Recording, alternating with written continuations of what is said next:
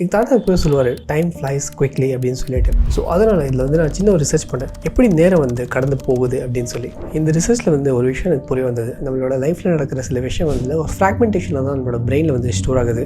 ஒரு video recording மாதிரி ஃபுல்லாக ஸ்டோர் ஆகிறது கிடையாது. ஸோ ஒன்ஸ் நீங்கள் தூங்க போகிறப்பல உங்களோட பிரெயின் என்ன பண்ணணும்னா, அந்த நாளைக்கு நடந்த எக்ஸ்பீரியன்ஸ் எல்லாமே எதெல்லாம் தேவையோ அதை வச்சுக்கிட்டு, எதெல்லாம் தேவையில்லையோ அதை வந்து டிலீட் பண்ணுற மாதிரி டிலீட் பண்ணிவிடும். ஸோ நம்ம மெமரி அண்டர்ஸ்டாண்ட் பண்ணணும்னா டைமை பற்றி புரிஞ்சுப்போம். நீங்கள் 25 வயசுன்னு வச்சுக்கோங்களேன், அந்த 25 வயசில் இல்லை உங்களுக்கு எல்லா விஷயமும் ஞாபகம் இருக்கிறது கிடையாது. உங்களுக்கு ஒரு சில இம்பார்ட்டன்ட் ஈவெண்ட்ஸுங்க தான் உங்களுக்கு ஞாபகம் இருக்கும். எவ்வளோ தான் நீங்கள் ரீகால் பண்ணி பார்த்தாலும் இல்லை, உங்களுக்கு ஃபுல் டீட்டெயில்டு ஆன ஒரு ரீப்ளே வந்து உங்களுக்கு மைண்டில் வந்து ஸ்டோர் ஆகி இருக்காது. அதனால் இல்லை உங்களுக்கு வந்து டைம் ஸ்கிப் அப்படின்றது வந்து ஈஸியாக நடக்கும். So this tells that memory அப்படின்றது வந்து it plays a very important role when comes to time. சரி, டைம் தான் இல்லை. ஐன்ஸ்டைன் என்ன சொல்கிறாருன்னா, அவருடைய ரிலேட்டிவிட்டி தியரியில் டைம் அண்ட் ஸ்பேஸ் இருக்கு இல்லையா, அது ரெண்டுமே ஒன்றா செயல்படுற ஒரு விஷயம் அப்படின்னு சொல்லிட்டு சொல்கிறாரு. நம்மளோட பிரெயின் வந்து பாஸ்ட்க்கும் ப்ரெசென்ட்க்கும் ஃபியூச்சருக்குள்ள இட் பில்ட்ஸ் அ ஸ்டோரி. அதனால தான் உங்களால் ரீகால் பண்ணி ஈஸியாக சொல்ல முடியுது. நம்மளோட பிரெயின் வந்து நம்மளோட மெமரிஸ் எல்லாத்தையும் அழகாக ஸ்டிச் பண்ணி it creates a flow of time. So இதனால தான் நம்ம டெய்லி நடக்கிற விஷயம் வந்து உங்களால்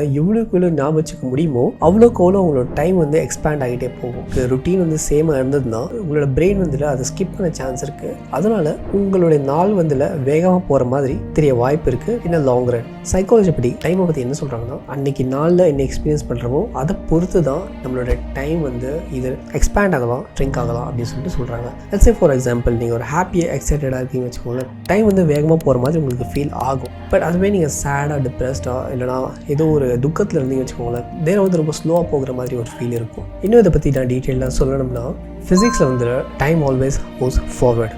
ஸோ எல்லா ஒரு விஷயமே ஒரு சீக்வன்ஸ் தான் நடக்குது. காலையில் எந்திரிக்கிறதா இருக்கட்டும், நீங்கள் காலேஜுக்கு இல்லை ஆஃபீஸ்க்கு போகிறதா இருக்கட்டும், மத்தியானம் சாப்பிட்றதா இருக்கட்டும், இதெல்லாமே ஒரு சீக்வன்ஸாக தான் நடக்குமே.